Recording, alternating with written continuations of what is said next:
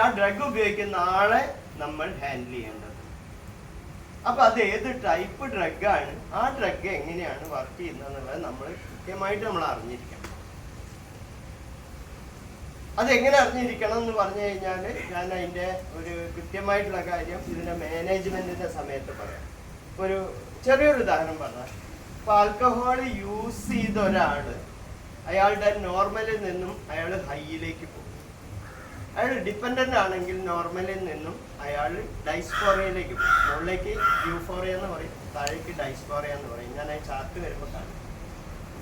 അയാളോട് ഏത് സമയത്താണ് അവർ സംസാരിക്കാൻ? ഇൻടോക്സിക്കേഷനിൽ നിൽക്കുമ്പോൾ, അയാൾ ഹൈയിൽ നിൽക്കുമ്പോൾ അയാളോട് ഒന്നും പറഞ്ഞിട്ട് കാര്യമില്ല. അതേ സമയത്ത് ഒരു ഒപ്പിയോയിഡ് ഡ്രഗ് യൂസറാണ്, ഒരു ബ്രൗൺ ഷുഗർ കുത്തിവെക്കുന്ന ആളാണെങ്കിൽ അയാള് കുത്തിവെച്ച ശേഷമാണ് അയാൾ ഡിപ്പെൻഡന്റ് ആണ് നോർമാലിറ്റിയിലേക്ക് വരുന്നത്.